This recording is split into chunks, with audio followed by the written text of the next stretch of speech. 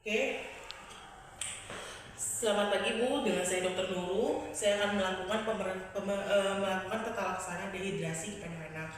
Pertama-tama saya akan cuci tangan anak terlebih dahulu. Kemudian saya akan menentukan ada tidaknya shock pada anak, akralnya hangat atau dingin. Ini masih hangat ya, CRT-nya lebih dari 3. Kemudian nadinya cepat dan lemah. Setelah itu saya akan menentukan derajat dehidrasi, berat atau ringannya dengan menilai kesadaran, menilai mata, dan ubun-ubun menanyakan asupan gizi dan cairan kepada ibu. Bu, anaknya masih mau makan ya Bu ya? Masih. Oh, oke, masih mau minum? Masih. Jadi anaknya masih ASI, usianya ini 1 tahun ya Bu ya. Kemudian saya akan melakukan pemeriksaan turgor dan melakukan cubitan pada kulit perut. Oke, di sini masih bagus, akan kembali dalam 2 detik. Kemudian saya akan melakukan status gizi, saya akan menanyakan berapa berat badan anaknya Bu. Oke, berat badan anaknya adalah 10 kilo. Saya akan menilai berat badan anaknya 10 kilo. Saya akan menilai penampakan anaknya. Setelah itu saya akan menilai tinggi badan, apakah anak ini terlihat kurus atau tidak, atau dia mempunyai jaringan lemak di bawah kulit, terutama pada kedua bahu dan lengan.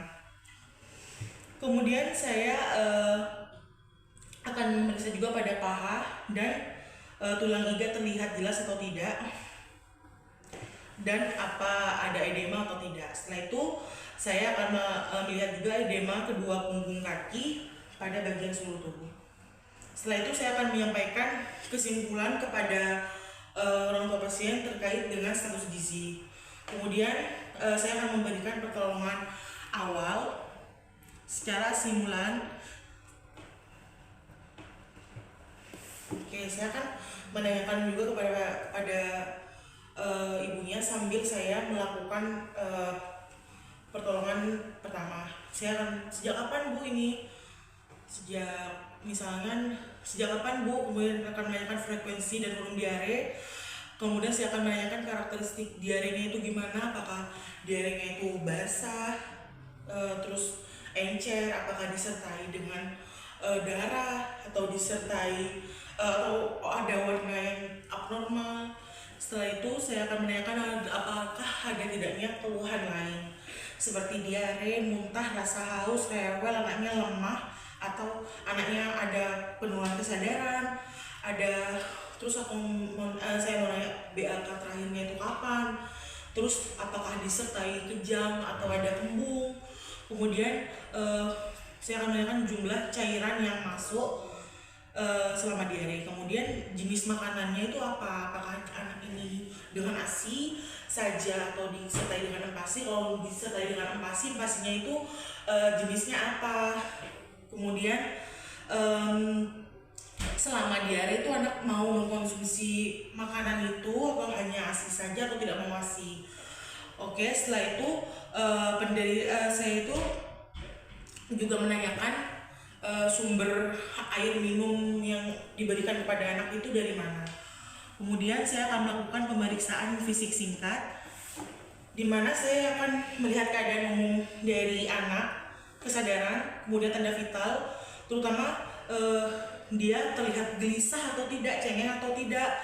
Kemudian dia turgor kulitnya gimana pada abdomen. Kemudian saya akan memeriksa ubun-ubun kepala, kelopak mata, air mata, dan juga mukosa bibir dan mulut serta lidah. Setelah itu saya akan memberikan tata laksana sesuai dengan derajat dehidrasi. Setelah dilakukan anamnesis pada ibunya, saya menentukan bahwa derajat dehidrasi anak ini ringan sedang, karena anaknya masih mau minum dan masih mau minum ASI dan juga makan biarpun sedikit. Setelah itu saya akan mentata laksana kepada ibu agar karena anak ini adalah beratnya 10 kg, maka saya akan mengkalikan 75 kg per kilogram berat badan, dan ini diberikan 750 mg per setiap anak BAB kepada ibu. Setelah itu saya juga akan memberikan terapi zinc 10 mg selama 10 hari. Kemudian setelah itu kepada ibu saya juga mengedukasi agar ASI-nya itu tetap diberikan dan empasinya juga tetap diberikan. Setelah itu saya akan memberikan